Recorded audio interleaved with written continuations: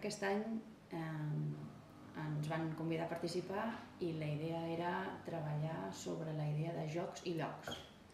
Aleshores, nosaltres bàsicament fem animació stop motion i vam voler introduir un curtmetratge i tot l'art que això genera, perquè hi ha molta feina de preproducció i molta part creativa, i la vam voler compartir amb col·lectius de nens i amb col·lectius de gent gran per introduir-los també en el món de les noves tecnologies, perquè pensem que l'audiovisual és un art també avui en dia. Jo, per mi, la definició seria que, aprofitant que teníem un col·lectiu de gent gran i aprofitar que teníem un col·lectiu infantil, veure que al final és com una mena de cercle, no? La gent comença sent petita, evoluciona, és adult i quan torna a ser gran torna una mica a la infantesa també. I jugar no deixa de ser una manera també d'aprendre, de relacionar-te amb el món, i aquest cercle es tancava també una mica en el tema del joc, no? Els avis tornen a jugar igual que els nens, doncs en aquest cas potser no per aprendre com quan ets un infant, sinó per no oblidar moltes coses que has après. I aquest fil conductor també ens va servir per fer el projecte. Sí, veure una mica, veure com el joc forma part de tot el procés vital, tant quan ets un nadó, dins de les diferents etapes de nen, fins als adults també juguem i com la gent gran, no? I treballar amb aquest tipus de col·lectius, de gent molt gran i de nens, ens ha fet veure moltes similituds, no?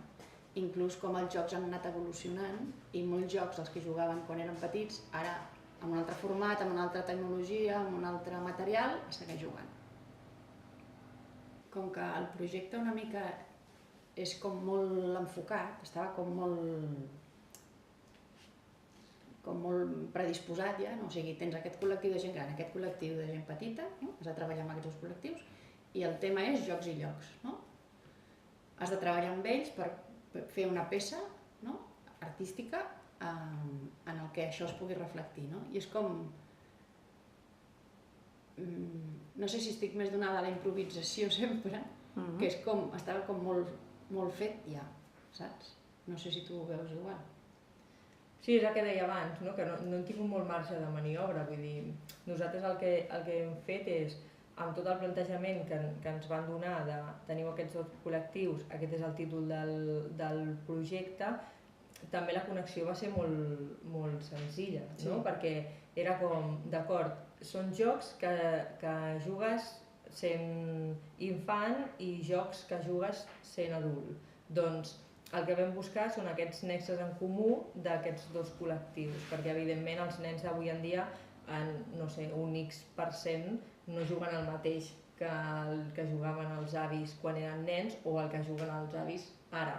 I el que vam intentar buscar va ser jocs que juguessin tant els nens a dia d'avui com els avis a dia d'avui i que haguessin jugat també fa, no sé, potser 70 anys o 60 anys enrere.